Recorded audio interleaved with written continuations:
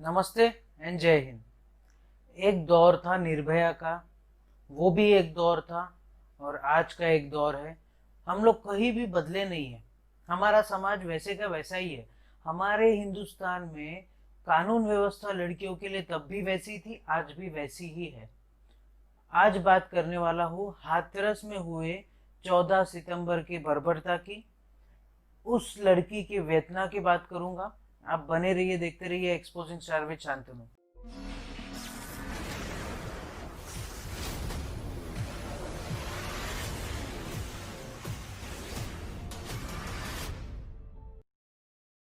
आज का मैं वीडियो शुरू करने से पहले एक बात क्लियर करना चाहता हूँ।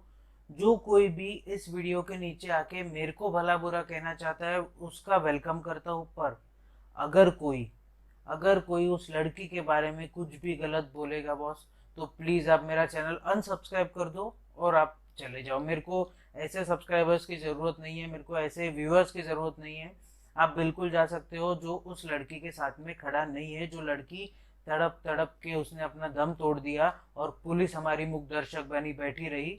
ऐसे लोगों की ज़रूरत मेरे को या इस समाज को भी नहीं होनी चाहिए। 14 सितंबर की बात है, जब एक लड़की 19 साल की एक लड़की अपने घर वालों की चहेती, अपने घर वालों की लाडली लड़की, अपने घर वालों का काम करने वाली, मेहनत करने वाली, पढ़ाई में अच्छी ये लड़की खेतों में काम करने के लिए गई। खेतों में काम करते करते घास कटाई करती थी, गायों को चारा खिलाती थी, बहुत से काम अपने माँ बाप के लिए कर लेती थी वो।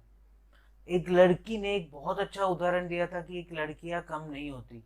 और उस लड़की ने जब वो उदाहरण पेश कर रही थी, कुछ मनचले थे, कुछ दरिंदे थे, जो 4 लोग दरिंदे थे, वो दरिंदों ने उस लड़की के साथ में बर्बरता की। वो दरिंदों ने उस लड़की के साथ में गलत तरीके से जो चीज़ नहीं करनी चाहिए वो किया। मेरे को वो वर्ड्स बिल्कुल पसंद नहीं, जो मैं बोलना नहीं चाहता मैं बोलूँगा भी नहीं। वो लड़की जिस वेदना से, जिस यातना से गुजरी ना, वो हम लोग अंदाजा भी नहीं लगा सकते। उस लड़की की रीढ़ की हड्डी तोड़ दी गई थी, उस लड़की की आंख फोड़ दी गई थी, उस लड़की की जीभ काट दी गई थी।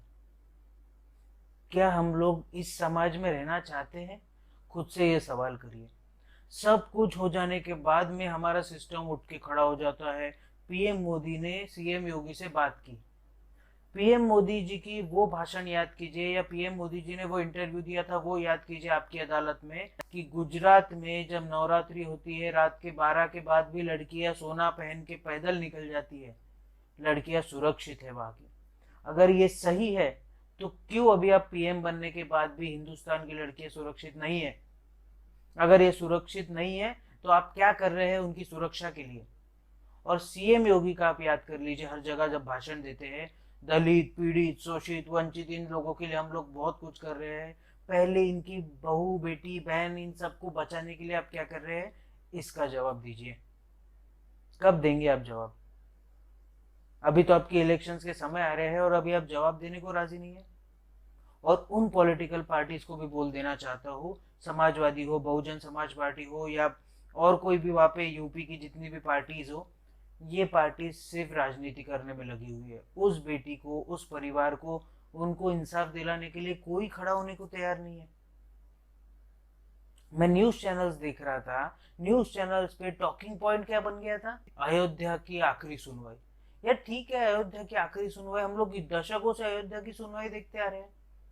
मैं गलत नहीं बोलता, अयोध्या की सुनवाई होनी चाहिए, ठीक है। जिनको सजा हुई नहीं हुई वो कोर्ट का निर्णय है, उसमें मेरे को कोई प्रॉब्लम नहीं। पर आपको ये चीज चलानी चाहिए थी कि वो 4 जो दरिंदे थे, वो दरिंदे क्यों बाहर घूम रहे हैं, पुलिस की कार्रवाई पे क्यों सवाल उठ रहे हैं। खैर मैं आगे बताता हूँ आपको हुआ क्या था।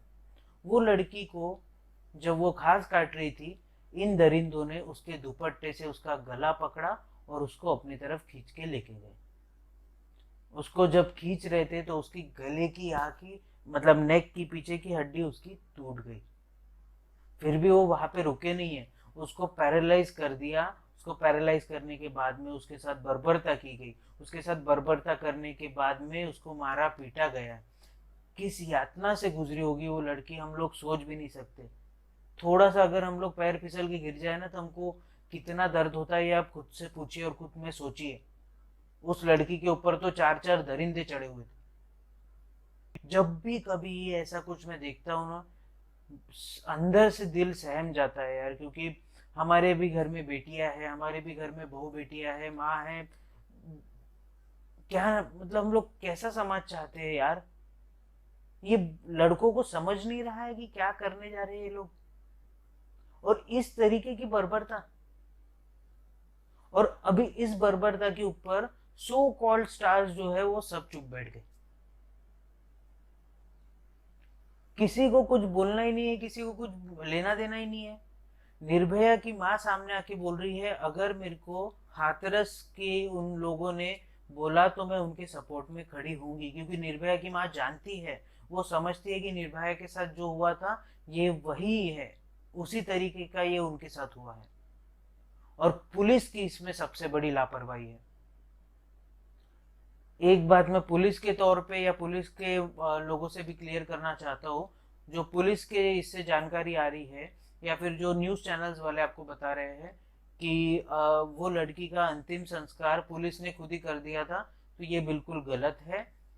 मैं कुछ आर्टिकल्स आपको शेयर कर दूंगा नीचे डिस्क्रिप्शन में। उस लड़की का अंतिम संस्कार रात को 3 से 3:30 के बजे के बीच उसके पिताजी के हाथों ही हुआ है, और तब पुलिस मौजूद थी, ये बात सही है। पर उस लड़के का अंतिम संस्कार उसके पिता ने किया, कोई पुलिस ने नहीं किया। पर हाँ, पुलिस वालों के ऊपर जो सवाल उठ रहे हैं ना वो सही है बॉस। अगर इसको हम लोग सीबीआई इंक्वायरी दे सके तो बहुत अच्छा होगा, क्योंकि वहां की पुलिस कुछ नहीं कर पाएगी। हाथरस की पुलिस के ऊपर में कास्ट सिस्टम का बोझ दबा हुआ है, वो उसके बोझ के तले बिल्कुल दब गई है। अगर उनके ऊपर में वो बोझ रहेगा तब तक वो कुछ नहीं कर पाएंगे। मेरे हिसाब से वो जो 4 दरिंदे थे, वो जो 4 लड़के थे, उन लड़कों को फांसी से कम की सजा होनी ही नहीं चाहिए। जिन दरिंदों ने 19 साल की बच्ची को इस तरीके से इस दुनिया से रुखसत कर दिया, उन दरिंदों को बहुत बर्बरता वाली मौत मिलनी चाहिए। मैं मानता हूँ कि हम लोग डेमोक्रेसी में रहते हैं, हम लोग एक प्रॉपर जुडिशरी को फॉलो करते हैं। मैं हर अपने वीडियो में बोलता हूँ कि जुडिशरी के थ्रू ही चलना चाहिए, पर ऐसे चीज़ों के लिए ना, सही में एक चीज़ बोलना चाहूँगा, चारों लोगों को एक भरे चौराहे में लाओ और वहां पे इनको फांसी दो। क्या है ह्यूमन राइट्स, क्या है ह्यूमन राइट्स लगा के रखा है? उन्होंने उस लड़की के लिए ह्यूमन राइट्स देखे हैं? उन्होंने उस लड़की के लिए कभी तो भी सोचा होगा कि ये लड़की कितनी तड़प रही है, छोड़ दो इसको? और हम लोग उनके ह्यूमन राइट्स की परवाह कर रहे हैं। क्या ह्यूमन राइट्स लगा के रखा है? ह्यूमन राइट्स उनके होते हैं जो ह्यूमन होते हैं। ये लोग ह्यूमन नहीं है, ये लोग जानवर है, दरिंदे हैं। 14 सितंबर की रात को जो भी हुआ वो इस देश के ऊपर में एक बहुत बड़ा कलंक है। जो निर्भया के साथ हुआ वो भी कलंक था, बट उस कलंक को हमने धोया है, और उस कलंक को धोने में हमको कई साल लग गए। निर्भया के दरिंदों को फांसी मिली, एक बाहर घूम रहा है, ठीक है, वो नाबालिग बता दिया गया था, पर उसको भी सजा होनी चाहिए थी। नाबालिग लोग ऐसे काम नहीं करते। और अभी मैं नाम नहीं लूंगा उस लड़की का जिस लड़की के साथ में हुआ है, वो निडरता से इतने दिन लड़ी, 15-20 दिन हो गए, वो 15 दिन तक के निडरता से लड़ी, ऐसे बर्बरता से लड़ी, अपना स्टेटमेंट दिया। और जब वो अपना सबर खो बैठी, अपनी जिंदगी से हार गई। उस लड़की के लिए ना मैं कंडोलेंस जारी करूंगा, ना मैं मौन धारण करूंगा, क्योंकि उसको सच्ची श्रद्धांजलि तब मिलेगी जब ये चारों लोग फांसी के तख्ते पे झूलेंगे। और मैं तो चाहूंगा कि भरे चौराहे पे इनको फांसी दी जाए, क्योंकि बाकी लोगों के लिए एग्जाम्पल सेट कीजिए। कोई ह्यूमन राइट्स नहीं, कुछ ह्यूमन राइट्स नहीं होना। क्या ह्यूमन राइट्स है? कोई ह्यूमन राइट्स की जरूरत नहीं है ऐसे लोगों को। ये हमारे देश पे एक बदनुमा सा दाग है, जब तक कि ये दाग नहीं मिटेगा तब तक के हम लोग अच्छा समाज नहीं बना पाएंगे। मीडिया चैनल्स वालों को भी एक चीज बोलना चाहूंगा कि आप लोग जो प्राइम टाइम स्लॉट्स पे चलाते हैं ना, सुशांत को जस्टिस, इसको जस्टिस, उसको जस्टिस, मुझे कोई प्रॉब्लम नहीं है। सुशांत की जस्टिस के लिए मैं भी खड़ा हूँ, आप मेरे वीडियोस देख लीजिए। ड्रग्स के खिलाफ मैं भी खड़ा हूँ, आप मेरे वीडियोस देख लीजिए। पर आपके प्राइम टाइम पे इस लड़की के गुनहगारों को भी रोस्ट करने की जगह मिलनी चाहिए। इस लड़की के गुनहगारों को भी सजा मिलनी चाहिए। आप वो प्राइम टाइम पे डिबेट क्यों नहीं चलाते? लाइए बड़े बड़े लोगों को, लाइए संबित पात्रा को, लाइए वो सुधांशु त्रिवेदी को, लाइए पवन खेड़ा जी को। कहाँ है ये लोग? सामने आके कुछ बोलिए।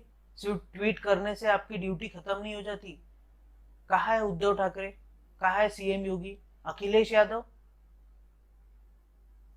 अब कोई लोग मुझे बोलेंगे महाराष्ट्र के नेताओं को, इस बॉस, जो इस देश का नेता है ना, सबका इससे लेना देना और सबको इसके लिए जिम्मेदार ठहराना वाजिब है।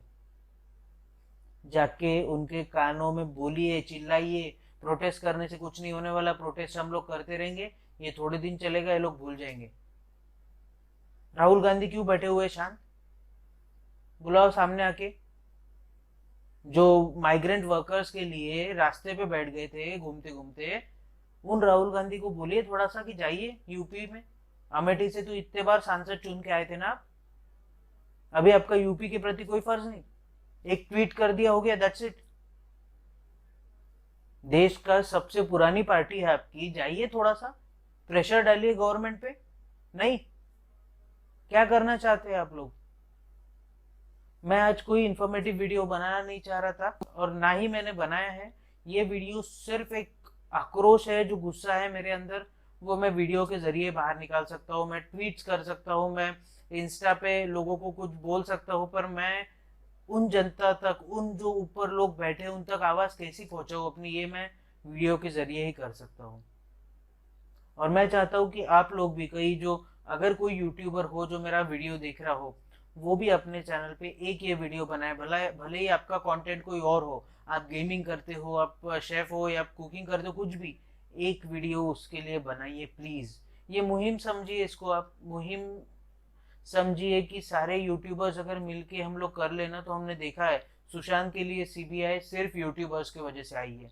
बाद में अर्नब गोस्वामी ये सब लोग जुड़े, बट यूट्यूबर्स के वजह से सुशांत सिंह राजपूत के लिए सीबीआई आई है। तो हमारी यूट्यूबर्स की ताकत बहुत है बॉस। तो कोई भी अगर मेरा यूट्यूबर ये चैनल देख रहा है, ये वीडियो देख रहा है, तो प्लीज एक वीडियो हाथरस के ऊपर की वो लड़की पे बनाइए और गवर्नमेंट को बोलिए कि इस पे या तो सीबीआई इंक्वायरी दीजिए, और वो जो पुलिस वाले हैं जिन्होंने गलत तरीके से इन सब चीज को डील किया है, उन पुलिस वालों को सस्पेंड करिए। आशा करता हूँ मैं जो आपको समझाना चाह रहा था, जो मैं बोलना चाह रहा था, जो मेरे को लग रहा था, वो आपसे सही से पहुंचा होगा। और आप क्या कर सकते हैं, अपने हाथों की सफाई का जरूर से ध्यान रखिए। बार बार अपने हाथों से अपने चेहरे को मत छूइए। इसके अलावा सोशल डिस्टेंसिंग का ध्यान जरूर रखिए, अपने में और अगले में 10 से 12 फीट का अंतर रखिए। इसके अलावा लॉकडाउन या अनलॉक, जो भी आपके गांव में, कस्बे में, स्टेट में, सिटी में, कंट्री में इससे जुड़े हुए नियम कानून है, उसका फॉलो जरूर कीजिए। इसके अलावा जब भी आप घर से बाहर निकले, अपने चेहरे को फेस मास्क से जरूर कवर कीजिए। और अगर लाइफ में कभी आपको लो फील हो, कोविड की वजह से आपकी जॉब चली गई हो या इकोनॉमिक क्राइसिस आ गए हो, तो इसके बारे में अपने घर वालों से बात कीजिए। डिप्रेशन में मत जाइए, डिप्रेशन को मार के इंडिया से भगाइए। और अगर मेरे पास में और भी कोई टॉपिक आता है तो उसके ऊपर मैं एक वीडियो बना दूंगा। तब तक के लिए आप बने रहिए, देखते रहिए एक्सपोजिंग स्टार विद शांतनु। जय हिंद।